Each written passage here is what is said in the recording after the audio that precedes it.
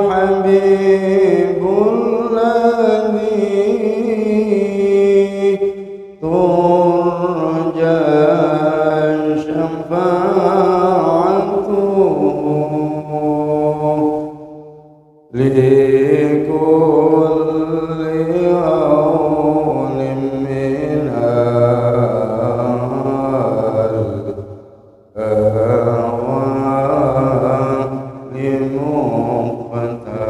مقتحمين.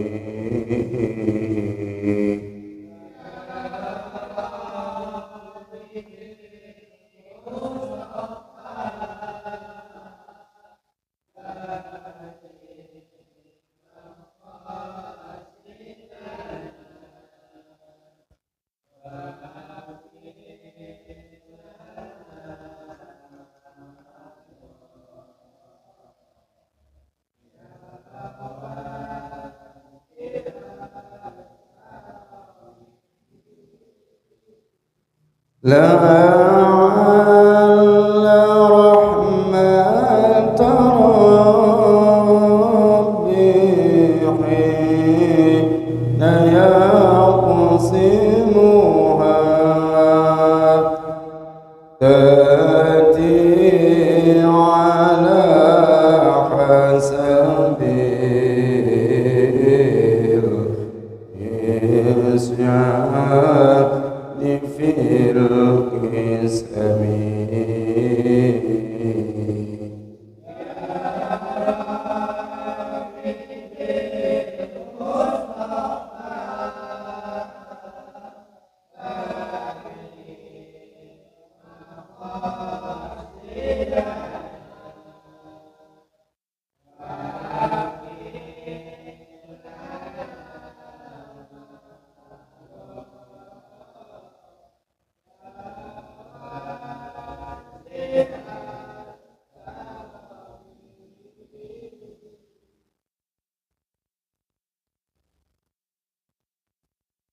الحمد لله الذي أرسل رسوله بالهدى ودين الحق ليظهره على الدين كله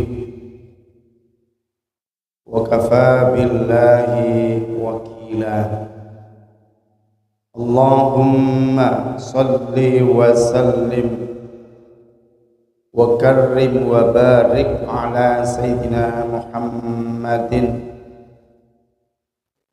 وعلى آله وصحبه ومن تبعه بإحسان إلى يوم الدين. قال المصنف رحمه الله تعالى ونفعنا الله به وبعلومه.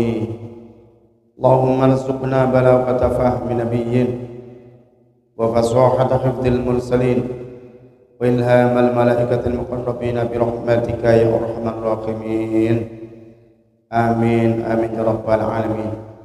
إلى حضرة النبي المصطفى محمد صلى الله عليه وسلم ثم إلى جميع المشايخ والعلماء والمؤسسات المسجد ثم إلى جميع المشايخ والعلماء والمؤسسات بالسنة والشيخ القرآن ثم إلى جميع المشايخ والعلماء والمؤسسات على القرآن النور ثم جميع المشايخ والعلماء والمؤسسات النور Matul Jakarta.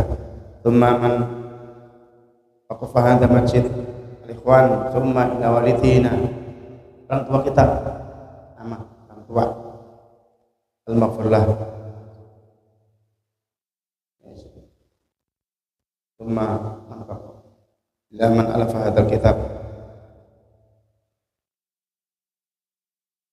Sultan al-Awliya Syekh Muhyiddin bin Abdul Salam. Lillahi lahumul Fatiha. A'udzu minasyaitonir rajim. Bismillahirrahmanirrahim.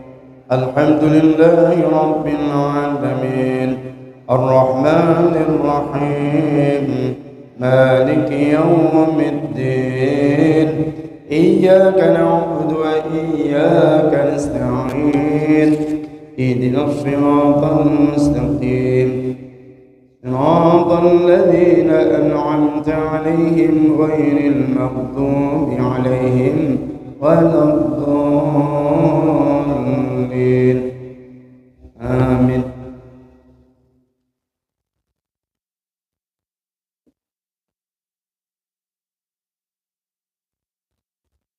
Yang saya hormati para bapak-bapak, adik-adikku semuanya, serta saudaraku semuanya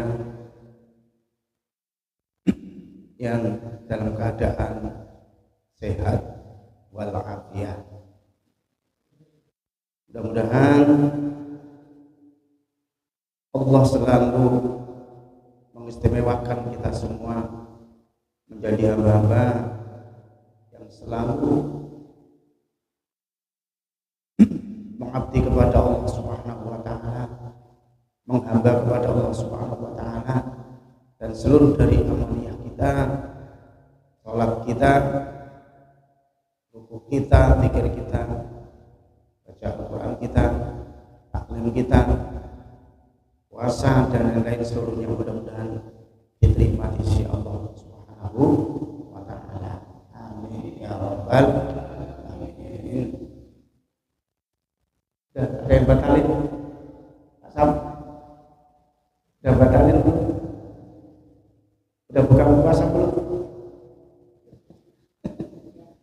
Kayak lemes banget. Lemes kayaknya lihat puasa. Ya udah mas, semangat banget. Sahurnya jam 9 pagi.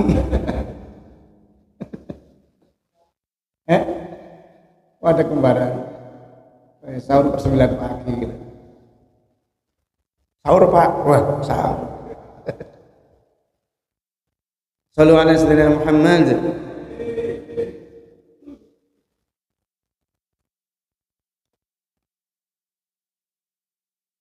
Lanjut ya. Kemarin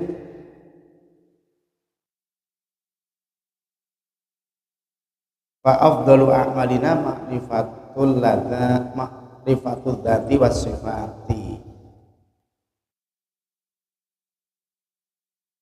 Jadi suatu amal yang paling istimewa, utamanya amal, yaitu mengenal Allah dan sifat-sifat Allah.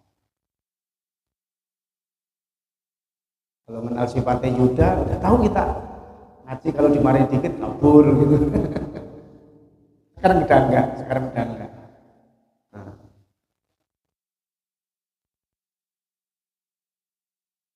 Sifatnya Pak Sam seperti ini, Siono seperti ini, Pak Jumali seperti ini, Pak Somad seperti ini, Bang Ayub seperti ini.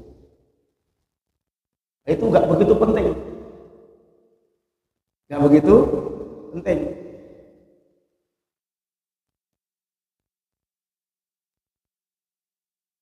Yang paling penting di arah yang penting, yang utama paling antara yang utama, yang paling istimewa di antara yang istimewa adalah mengenal Allah dan sifat-sifat Allah. Jadi ketika nanti ada kejadian, ada suatu peristiwa yang menimpa diri kita, karena kita mengenal Allah, kita tahu, oh Allah baru mengenalkan sifatnya kepada kita.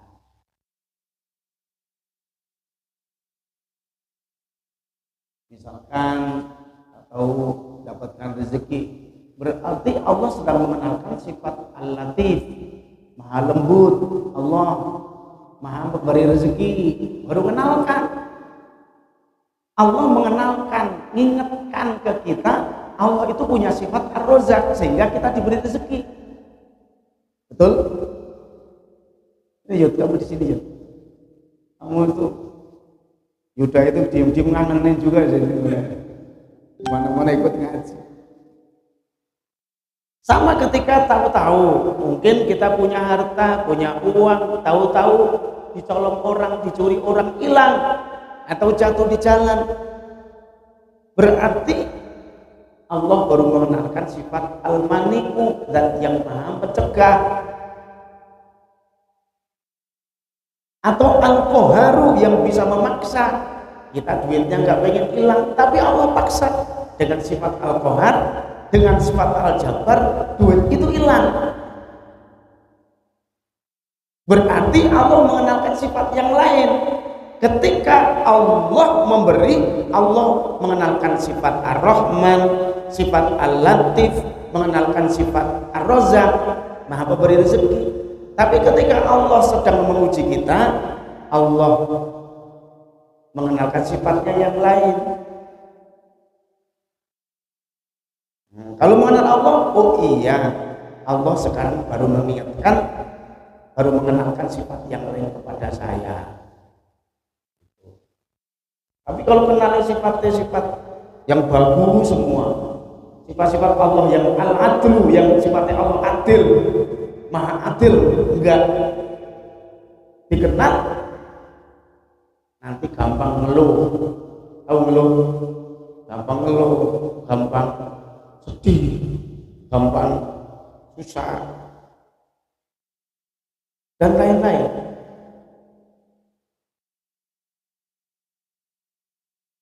Nah, lanjut. Ada yang nyampe wa dzikruhu asyrafu min kulli dzikrin. Mengingat Allah itu adalah mulia-mulianya dari setiap mengingat. Pak Sam keingetan istrinya yang di Palembang, umpama Sam, ya bagus, tapi lebih bagus ingat Allah. Pak Roni ingat istrinya yang di Kuningan, bagus namanya istrinya. Tapi kalau dibandingkan ketika Pak Roni ingat istrinya dengan ingat Allah, ya lebih bagus ingat Allah. Ketika dikira ya Allah, ya Allah, ya Allah, ya Allah.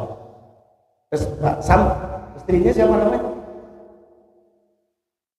Ya Jamilah, ya Jamilah, ya Jamilah. Wow. Ya tetap bagus ingat ya Allah. Ya Allah, ya Allah, ya Allah, ya Allah, ya Rahman, ya Rahim, ya Allah, ya Latif, ya Allah, ya Jabbar, ya Allah, ya Qahar, ya Allah, ya Wahhab, ya Allah, ya Wasi', ya Allah, ya Jalla, ya Dzal Jalali wal Ikram. Itu bagus. Jadi gak ada ingat kepada Allah itu sebagus-bagusnya ingat. Mulia-mulianya mengingat adalah yang diingat itu Allah.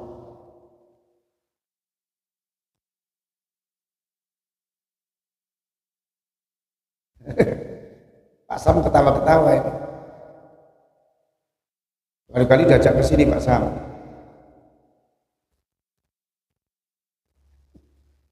Pak Sam senyum-senyum aja.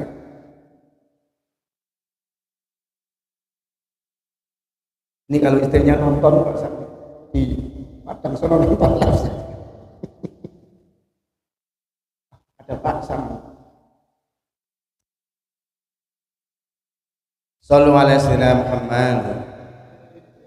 Wa syukruhu ajmalu min kulli syukrin. Adapun syukur kepada Allah ikut bagus-bagusnya tiap-tiap syukur.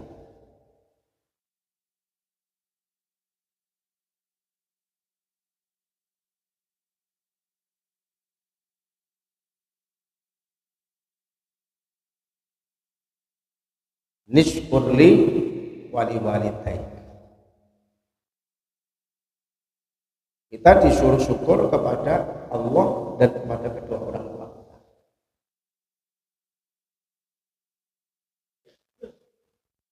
Kalau kita misalkan hanya syukur kepada orang tua kita tanpa mengingat syukur kepada Allah, menjadi masalah. Kalau Allah punya sifat yang sempurna, kalau orang tua kita karena nggak punya sifat yang sempurna, sebagaimana sifat sempurnanya Allah. Sebaik-baiknya orang tua kita, mesti baik Allah. Sesayang-sayangnya orang tua, lebih sayang Allah kepada kita. Sesayang-sayangnya diri kita, Pak, kepada diri kita, lebih sayang Allah kepada diri kita.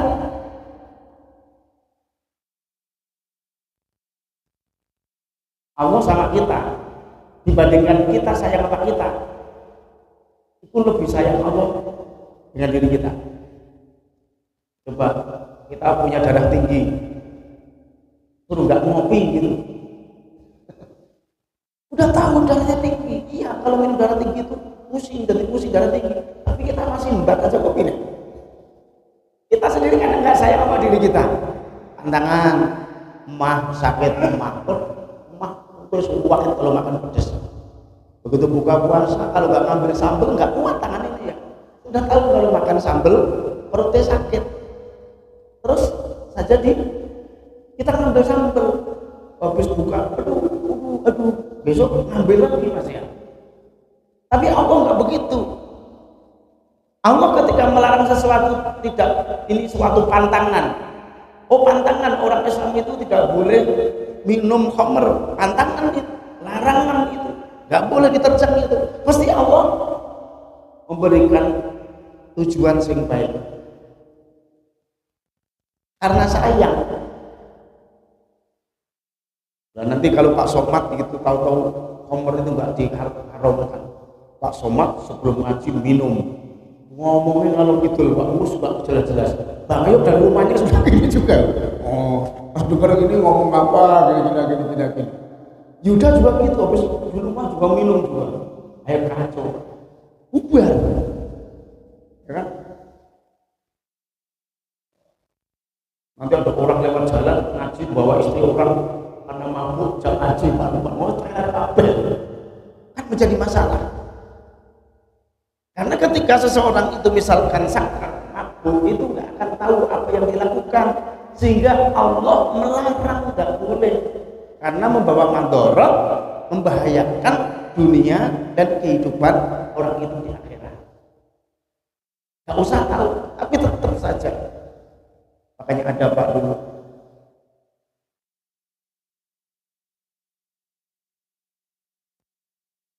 ada orang itu orang ketangkep ceritanya. Orang Islam beberapa ketangkep. Ini sudah mau dibunuh orang ketangkep musuh mau dibunuh. Mau dibunuh. Kamu bisa bebas dengan cara satu. Yang pertama, lakukan zina. Ditawari kamu harus lakukan zina. Yang kedua, kamu bisa bebas dengan kamu bunuh teman kamu.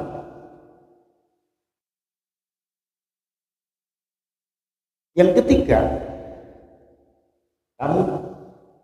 dengan kamu minum. Orang ini mikir, kalau saya nggak menjalankan di antara tiga ini, mati. Akhirnya logika berjalan. Kalau zina berarti dosa besar. Kalau bunuh orang temennya yang ditangkap, dosa besar juga. Akhirnya berpikir, kalau begitu saya ambil minuman saja. Nah, saya milih minum. Akhirnya dibuatin satu gelas sama yang nangkep tadi. Begitu minum, nggak ingat cewek yang cantik diperkosa, temannya yang muslim yang melarang dibunuh. Malah dosanya ketika seseorang sedang minum malah bunuh orang, berbuat zina, tiga-tiganya dijalankan. Maka risiko terbesar itu, termasuk suatu risiko sangat besar itu adalah minum. Kenapa itu dosa besar? Karena dosa minum itu dilarang di Al-Quran Karim, maka termasuk dzunubul akbar, dosa besar.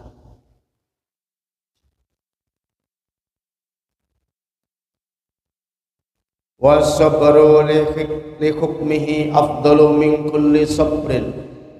Wasabru adapun utawi sabar li hukmihi karena ketentuan Allah iku afdalu luwih utama min kulli sabrin dari setiap sabar. Sabar atas ketentuan Allah, sabar atas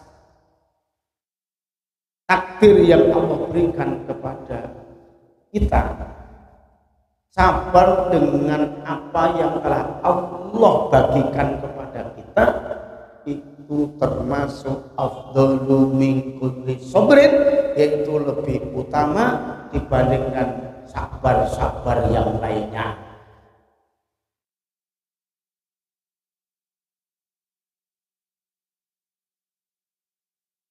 Sabar itu ada berapa sabar? Sabar itu ada as-sabru 'alal musibah. Yang pertama, sabar itu ada kalanya sabar karena mendapatkan musibah. Orang yang diberi oleh Allah satu musibah, kemudian dia sabar, maka sabarnya itu adalah afdalu min kulli sabrin.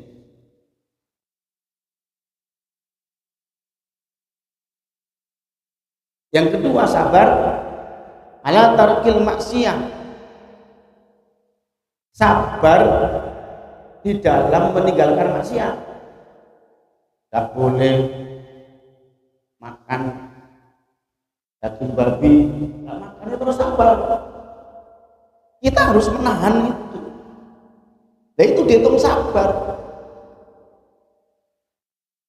Nggak boleh mukul orang, nggak boleh nyakiti orang, nggak boleh ngambil hak orang lain, nggak boleh menghina orang lain.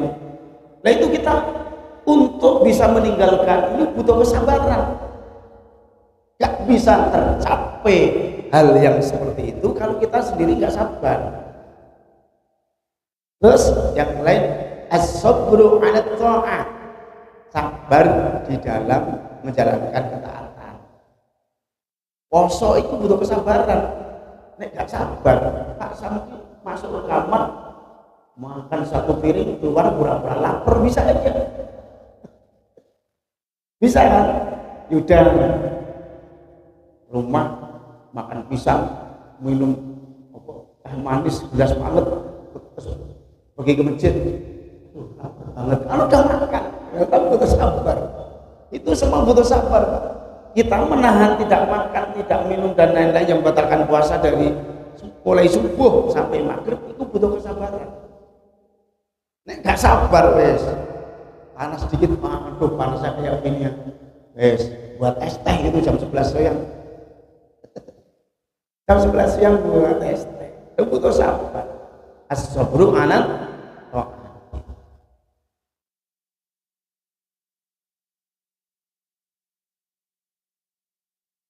Wal fikru fi awsafihi afdalu min kulli fikrin. Wal fikru adapun mikir, berpikir, fi awsafihi dalam sifat-sifat Allah iku afdalu lebih utama min kulli fikrin dari tiap-tiap berpikir.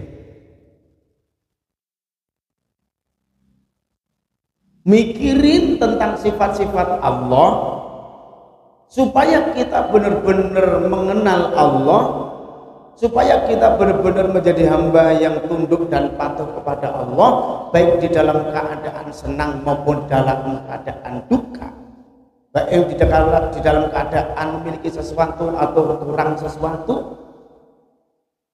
Mengenal sifat-sifat Allah tersebut itu lebih utama dibandingkan atau berpikir sifat-sifat Allah tersebut lebih utama dibandingkan berpikir dengan yang lainnya.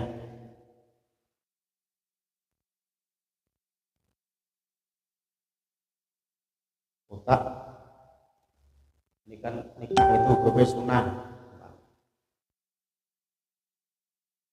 Berpikir saya kira-kira rencana mau nikah tahun besok kapan? Wah, ini harus mempersiapkan diri nih. Mikir mau jaga dari jam 7 pagi sampai jam 5, habis sisa berangkat ojek lagi sampai jam 3.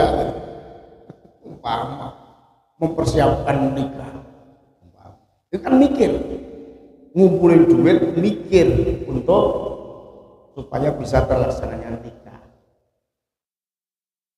Tapi mikir hal yang seperti itu dibandingkan mikir dengan sifat-sifat Allah, itu lebih bagus mikir tentang sifat-sifat Allah.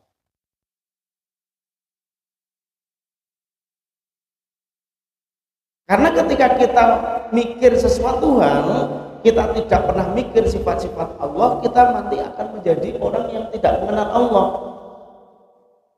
Ngecek dari pagi nungguin karena sudah mau nikah setahun lagi. Ini ceritanya.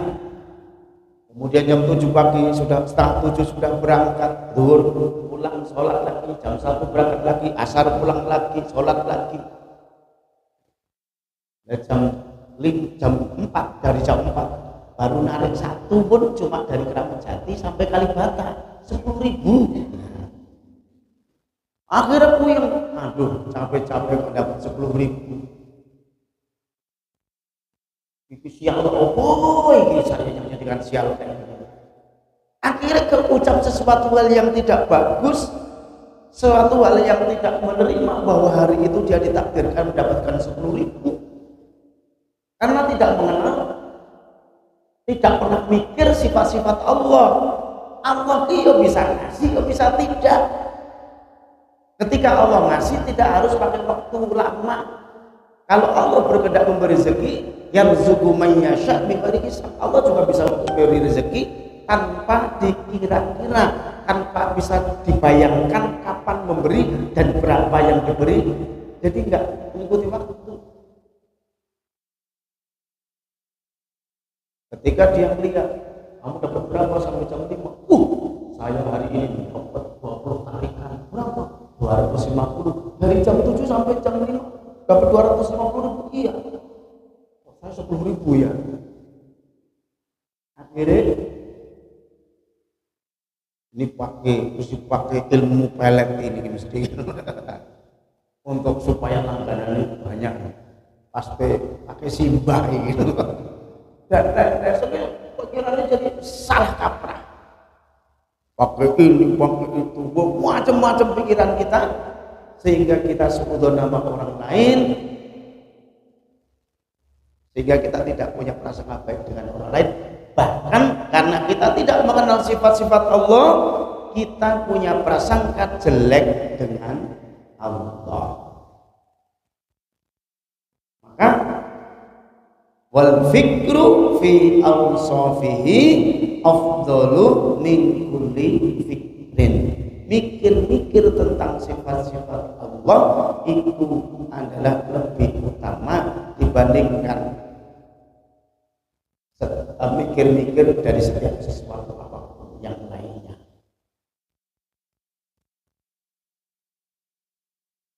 Wa raja'uhu ahsanu min kulli raja'in.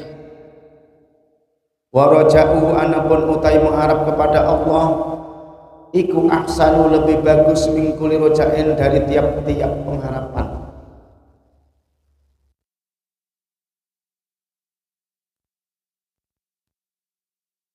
Berharap kepada Allah iku sebagus-bagus, itu lebih bagus dibandingkan berharap-harap di setiap suatu pengharapan.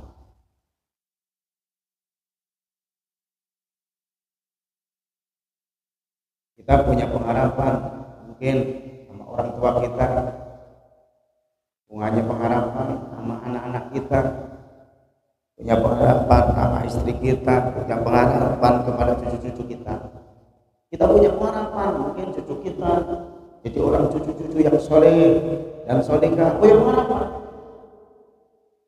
Kita punya pengharapan kepada istri kita, kita punya pengharapan kepada anak kita. Anda yang punya pengharapan ke orang tua. Nah, pengharapan-pengharapan seluruh dari pengharapan tersebut, ada yang berharap tanggal 6 dapat gajian karena kerja di PT, yang dagang pergi ke pasar, yang jualan nasi goreng punya pengharapan supaya dapat pelanggan, atau pelanggannya balik lagi.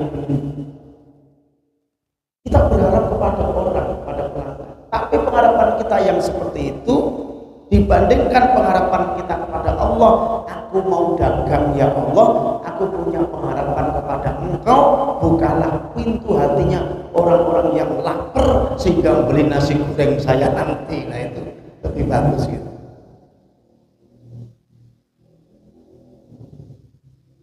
Jadi artinya pengharapannya tertuju kepada Allah. Itu sebagus-bagus pengharapan, lebih utama, lebih bagus dibandingkan berharap dengan pengharapan yang lainnya.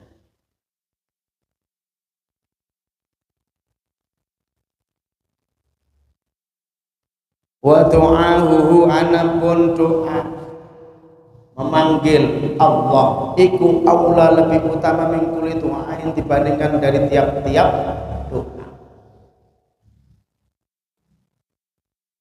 Doa kepada Allah, memanggil dan meminta kepada Allah iku sebagai baik doa, lebih bagus dibandingkan dengan minta kepada yang lainnya. Maka ketika kita butuh sama orang lain, maka mintalah dulu kepada Allah.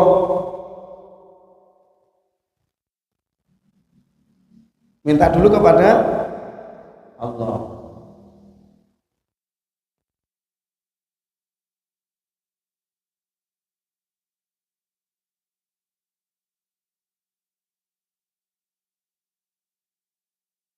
Ya Allah, ya Rahman, hidup saya kayak gini. Kalau kepada Allah nggak apa-apa. Ya Allah, saya lapar, orang nggak lapar. Dari pagi belum makan, ya Allah. Itu bagus. Tapi kalau tahu-tahu datang ke Pak Sunan, saya lapar banget. Dari pagi belum makan Pak Sunan, punya nasi enggak Pak Sunan? Yoku, kalau sambel kurang masak.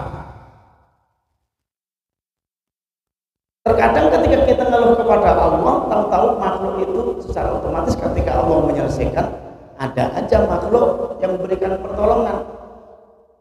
Karena kita sudah doa kepada Allah. Kita nggak boleh mengandalkan orang. Kita kadang-kadang mengandalkan orang lain. Jadi sekarang itu mengandalkan orang lain nggak boleh.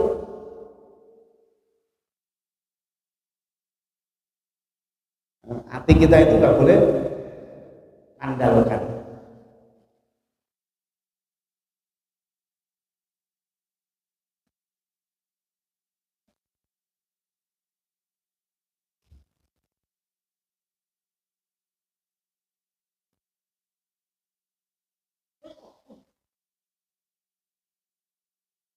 Wal buka'u lahu afdalu min kulli buka'in, wal buka'u manapun menangis lahu karena Allah iku afdalu lebih utama min kulli buka'in daripada setiap tangisan-tangisan untuk yang lain.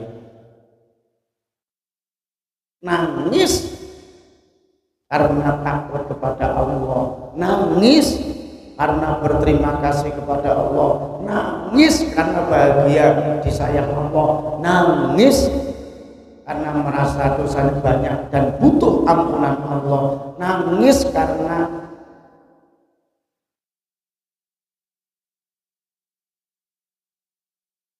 amalnya belum banyak, merasa butuh rahmat Allah.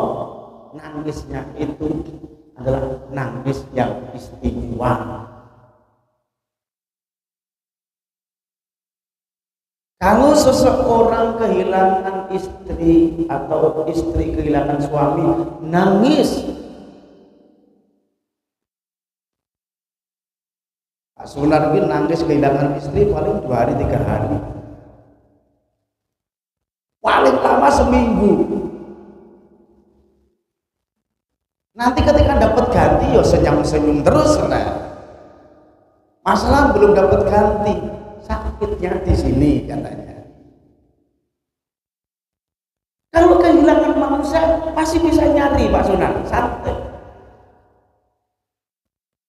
Tapi sekali saja kehilangan Allah, gak enak ganti nih, gak enak ganti. Gak usah khawatir. Orang yang kerja ketika dia dipecat, no way Pak, nanti dapat rezeki dari yang lain. Ya? Bahkan Bapak ketika meninggalkan suatu pekerjaan, Allah masih bisa memberikan pekerjaan yang lain. Tapi ketika Bapak kehilangan Nabi Muhammad, sengaja meninggalkan Nabi Muhammad, kayak ini pengganti. Sengaja meninggalkan Allah, gak ada pengganti, gak iso diganti. Sekali saja kita meninggalkan perintah Allah, misalnya gak puasa 1 hari, orang iso diganti, Pak. Dikodok, oke dikodok, tapi pahalanya gak bisa sama. Bapak hari ini misalkan sengaja meninggalkan puasa 1 hari saja, 1 hari Pak puasa, sekali-kali lah batalin. Bapak ngondok 1 hari itu setahun penuh, dari tanggal 1 Syawal, bukan 1 Syawal, nggak boleh, mulai tanggal 2 Syawal ya. Kalau 1 Syawal, kalau hari raya kan nggak boleh puasa.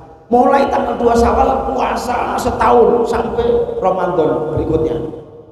Puasa 1 hari yang sengaja ditinggalkan, Bapak ngondok 1 tahun penuh tanpa ada celahnya, maka nilainya belum bisa mengejar puasa yang 1 hari di bulan Ramadan. Orang yang sholat dikejar, podo wae sama. Sholat tadi misalkan zuhur sengaja gak sholat zuhur, terus dikodok, mau 1000 kali, mau seumur hidup dia ngondok, maka pahalanya belum bisa nyamain yang 1 kali sholat tadi. Makanya jangan sengaja ditinggalin puasa. Pak Jumani udah batal belum Pak Jumani? Belum. Pak Jumani. Pak Sunar senyum-senyum, jangan-jangan udah batalin nih. Oh belum. Alhamdulillah belum. Kita akan mengejar mengkodok nilainya. Kalau mengkodok harinya bisa. Sekarang kita puasa. Pokoknya orang yang membatalkan puasa tanpa ada alasan yang dibenarkan secara syariat, dibatalkan bisa. Nggak ada sebab yang menjadikan dia boleh membatalkan, dia membatalkan. Maka puasa setahun pun, seumur hidup pun dia puasa, pahalanya belum bisa memenuhi ini. Itu udah KW banget kalau tapi kalau puasanya karena membatalkannya, karena memang ada halangan, karena memang diperbolehkan di perjalanan, sakit dan lain-lain, ya itu mondok ya. Itu tidak masalah, itu masih istimewa mondok.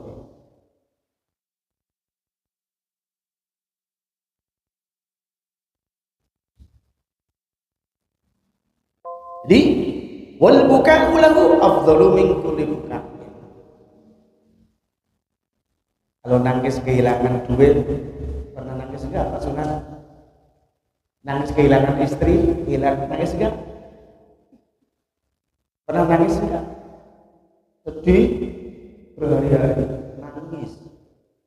Tapi kalau nangis karena takut kepada Allah sudah belum? Nangis bahagia karena diberi rezeki oleh Allah pernah belum? Nangis karena mungkin kita merasa butuh rahmat Allah sudah belum? Sedangkan nangis karena tujuannya disebabkan karena Allah, nangis iki afdalu min kulli bukain. Nangis iki nangis yang paling istimewa. Maksudnya pernah nangis kehilangan istri belum? Udah jujur ya.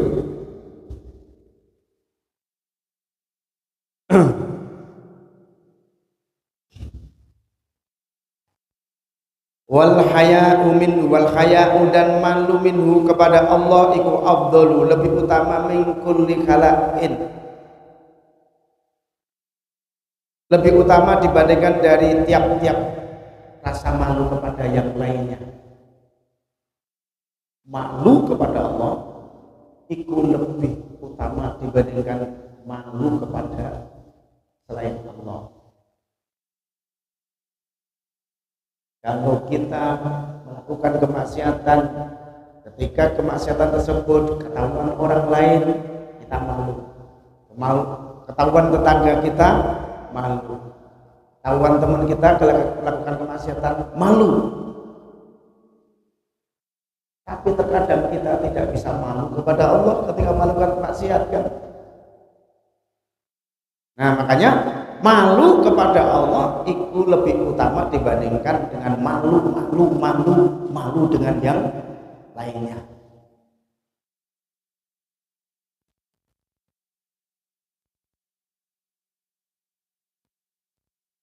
Ada cerita, ada seorang kiai, santrinya itu pinter-pinter kamu. Yang bodoh siji, yang lainnya pinter, yang bodoh satu.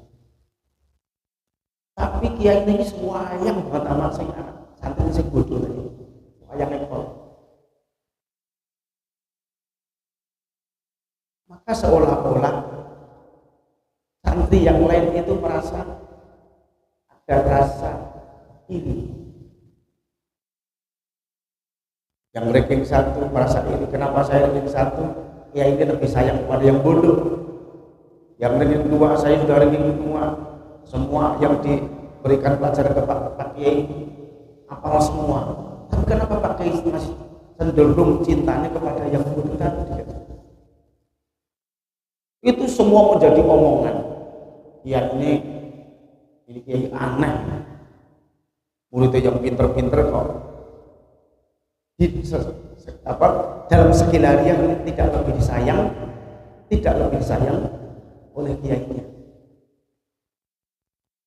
Akhirnya kiai ini memanggil semua muridnya, dipanggil murid, dipanggil semuanya. Itu dikasih makan.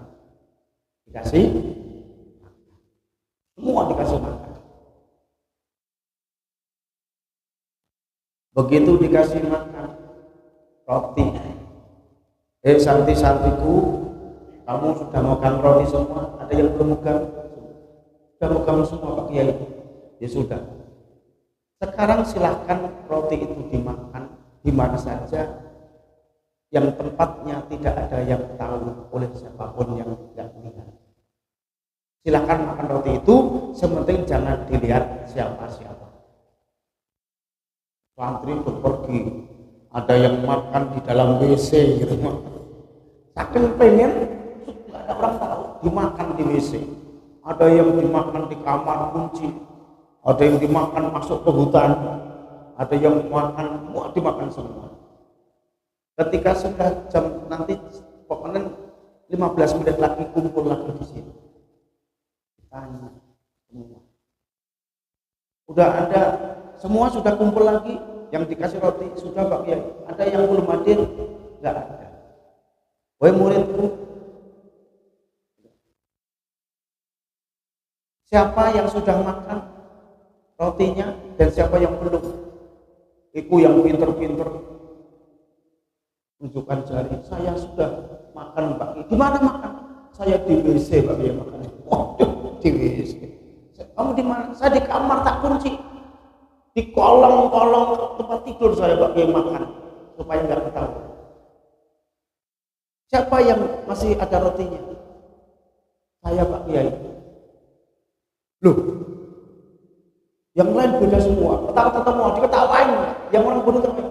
Yang belum makan masih bodoh atau yang belum makan? Diketawain. Wah, dasar bodoh beneran nih. Lu makan roti aja kok nggak bisa. Lu makan roti nggak dilihat siapa-siapa aja kok nggak bisa. Ini bodoh tenan memang. Tawain orang. Terus ditanya, kamu kenapa makan di WC? Ya tadi karena di ruang tamu ada anak saya, ya. Di ruang tidur ada istri saya. Di dapur ada ibu saya, makanya saya makannya di WC makan roti. Berarti nggak lihat ibu kamu, anak kamu nggak lihat kan? Enggak. Oh gitu. Dan lain ditanya. Yang lain ditanya di hutan. Karena di rumah saya baru ada tamu banyak, makanya saya makannya di hutan sana. Kamu di mana? Saya di kolong jembatan. Wah, kenapa? Ya karena nggak mungkin, sepi banget saya makan. Terus ditanya, ya bulan bin bulan, kamu kenapa nggak kamu makan? Ya Allah, ya wahai Pak Kiai, engkau berpesan saya suruh makan kue, syaratnya nggak ada yang lihat. Saya dimanapun Pak Kiai, tadi saya pengen di kamar mandi, aku merasa di situ diawasi oleh Allah. Ketika saya pengen lari di hutan, aku merasa dilihat oleh Allah juga. Ketika saya pengen di bawah kolong jembatan, pengen makan di got, saya juga merasa diawasi Allah. Maka aku nggak bisa makan roti ini Pak Kiai. Santri yang lain bengong apa? Santri-santriku tahu kenapa saya lebih sayang anak ini? Karena dia lebih tahu, hati ini lebih mengenal Allah dibandingkan hati yang kamu. Kamu hanya mengenal dohiriyah doang, pinter, apal alfiyah, apal segala-galanya ilmu, apal, tapi hatimu bodoh dengan sifat-sifat Allah. Oh gitu, maklum berarti. Kita juga jangan sampai hanya pinter lisan kita, hati kita nggak ngerti bagaimana Allah. Jangan sampai kita bisa baca Quran bagus, makrote bagus, tapi nggak mengenal Allah. Karena Quran kita bisa takallum bil Quran, bisa baca Quran itu agar dengan Quran itu kita seolah-olah bisa sedang berbicara dengan Allah. Bagaimana kita menganggap kita sedang bermutakallim dengan Allah, berbicara langsung dengan Allah kalau kita artinya nggak mengenal Allah.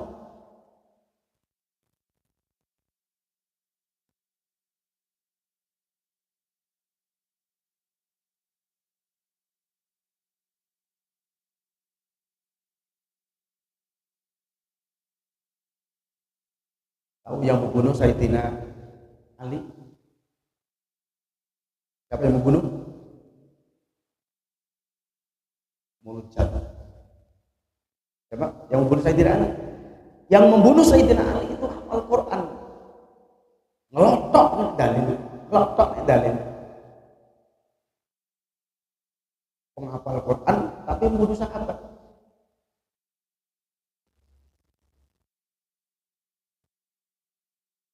Wa man lam yahkum bima anzalallah fa ulaika humul dzalimun.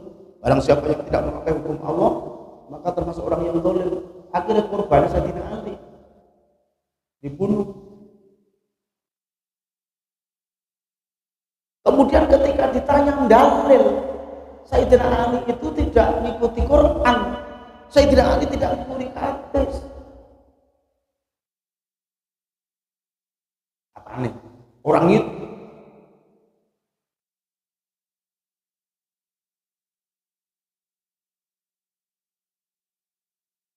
banyak orang yang mengatakan kembali ke sunnah, kembali Quran hadis, tapi belas nggak tahu asli.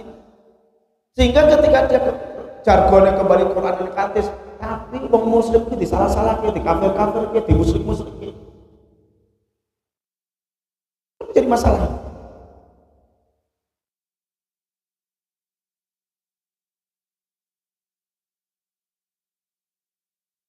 Maka sumber dari ketika kita mengenal Quran itu ya kita bisa tahu tentang makna dari Al-Quran itu adalah ketika kita mengambil dari pendapat para ulama salaf,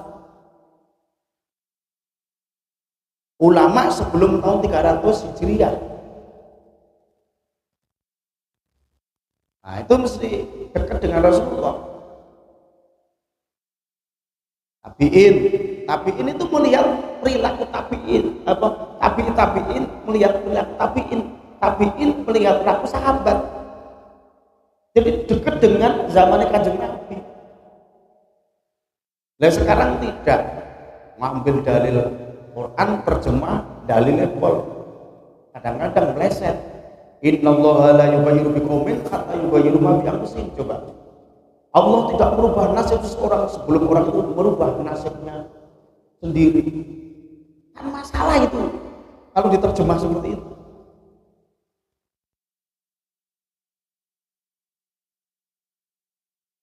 Terus dalil, Allah tidak akan ngasih kita kenyang sebelum kita makan. Akhirnya kan dalil begitu.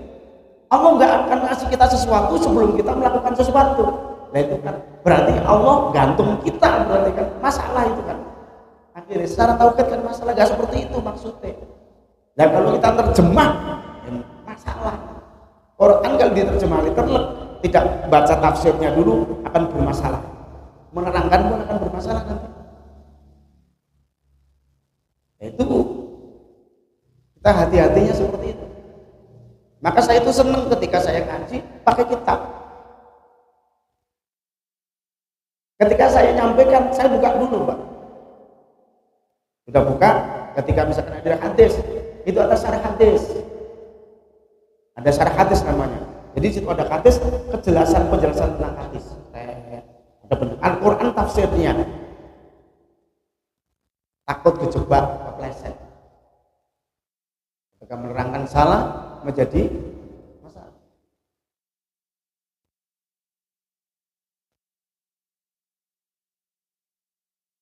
Dan kalau kitab ini kan sudah diterangkan oleh ulama. Beliau yang menjabarkan, beliau yang menuliskan, kita tinggal ngikon. Al-Fatihah.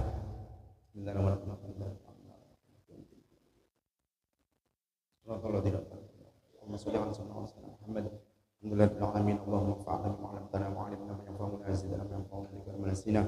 Allahumma inna nas'aluka ma'rifatan wa rahmatan wa ta'ala ilaik. Rabbana atina fid dunya hasanah wa fil akhirati hasanah wa qina adzabannar. Sallallahu alaihi wa sallam. Subhana rabbil izzati amma yasifun wa salamun alal mursalin. Alhamdulillahi rabbil alamin. Assalamualaikum warahmatullahi wabarakatuh.